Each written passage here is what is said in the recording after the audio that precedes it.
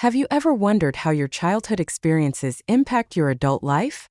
This question leads us to the concept of adverse childhood experiences, often referred to as ACEs. ACEs are stressful or traumatic events that occur in childhood and can have a profound impact on an individual's life course. They encompass various forms of abuse, neglect, and household dysfunction, from physical and emotional abuse to living with a parent who struggles with mental illness or substance misuse. Now, you might be surprised to learn that ACEs are not rare, isolated incidents. In fact, nearly 2/3 of adults have experienced at least one form of these adverse experiences during their childhood. That's a significant proportion of the population carrying the silent burden of these early life stressors. And that's our journey today, to understand, address, and ultimately, help mitigate the impact of these experiences. The original ACE study. The significance of ACEs was first highlighted in a groundbreaking study in the 1990s. This seminal research was conducted jointly by the Centers for Disease Control and Prevention and Kaiser Permanente, an American healthcare company.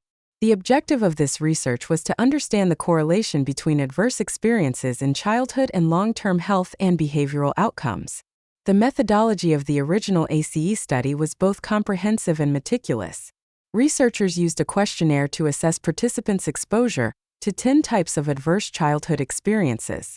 These categories of ACEs included physical, emotional, and sexual abuse, physical and emotional neglect, and various forms of household dysfunction such as substance abuse, mental illness, parental separation or divorce, and witnessing domestic violence. The study was conducted among over 17,000 participants, all of whom were adults enrolled in Kaiser Permanente's health insurance program. The participants were mostly middle class, educated, and employed, which helped to debunk the myth that ACEs only affect individuals from disadvantaged backgrounds. The findings of the study were both startling and enlightening. What they found was a strong graded relationship between the number of adverse childhood experiences and numerous health, social, and behavioral problems. In other words, the more ACEs a person had experienced, the higher the likelihood of them facing issues in these areas of life. For instance, individuals who had experienced 4 or more categories of ACEs had a significantly higher likelihood of developing health issues like heart disease, cancer, stroke, and diabetes. They also had higher rates of depression, suicide attempts, substance abuse, and risky sexual behavior, among other social and behavioral problems. These findings underscored the undeniable link between early life experiences and adult health outcomes. It highlighted the critical need for prevention strategies and early intervention to mitigate the long-term effects of ACEs. The ACE study revolutionized our understanding of the long-term effects of childhood adversity. It served as a catalyst for change in how we approach health and well-being, emphasizing the importance of looking beyond the physical symptoms to understand the root cause of many health problems. It underscored the need to view health in a holistic manner, taking into account not just our physical state, but our emotional and social well-being as well. The impact of toxic stress. But why do ACEs have such a profound impact on health and well-being? Let's dive into the concept of toxic stress. When we face danger, our bodies respond by releasing stress hormones like adrenaline and cortisol, preparing us for fight or flight.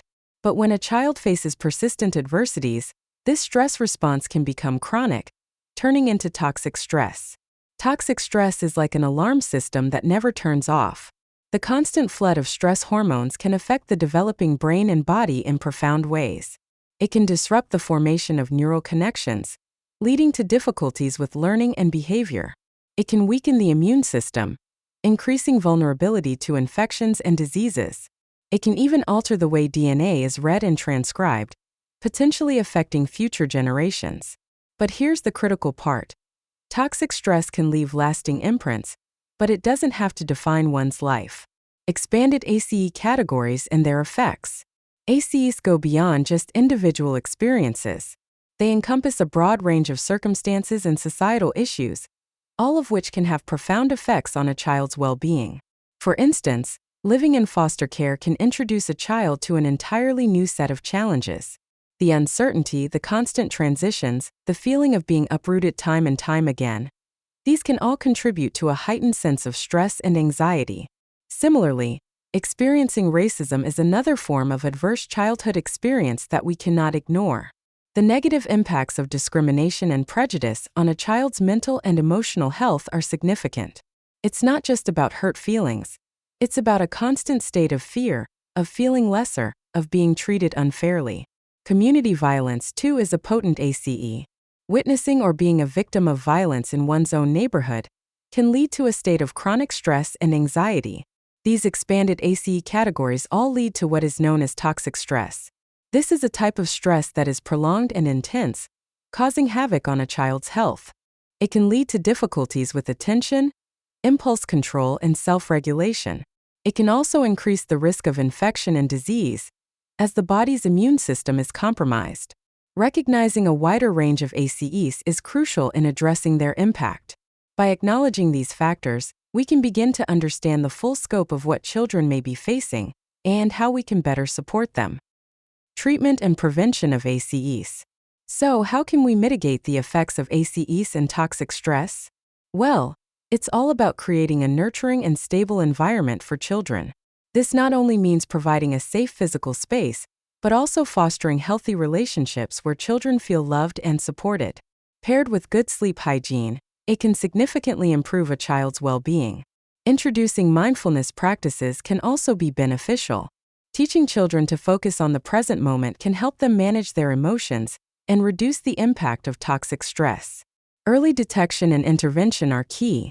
By identifying and addressing ACEs as early as possible, we can prevent long-term damage and give children the chance to thrive. Remember, it's not just about treating the symptoms but about preventing ACEs from happening in the first place. Prevention and treatment are possible, but it takes concerted effort from all of us. Conclusion: addressing ACEs and toxic stress is more than a personal issue. It's about ensuring that every child is given a strong start in life. Parents, healthcare providers, and community members, we all carry a responsibility. By acknowledging these adverse experiences and the toxic stress they cause, we can implement interventions to mitigate their effects. We can create safe, nurturing environments that foster resilience and healing. Together, we can ensure that ACEs do not dictate a child's future.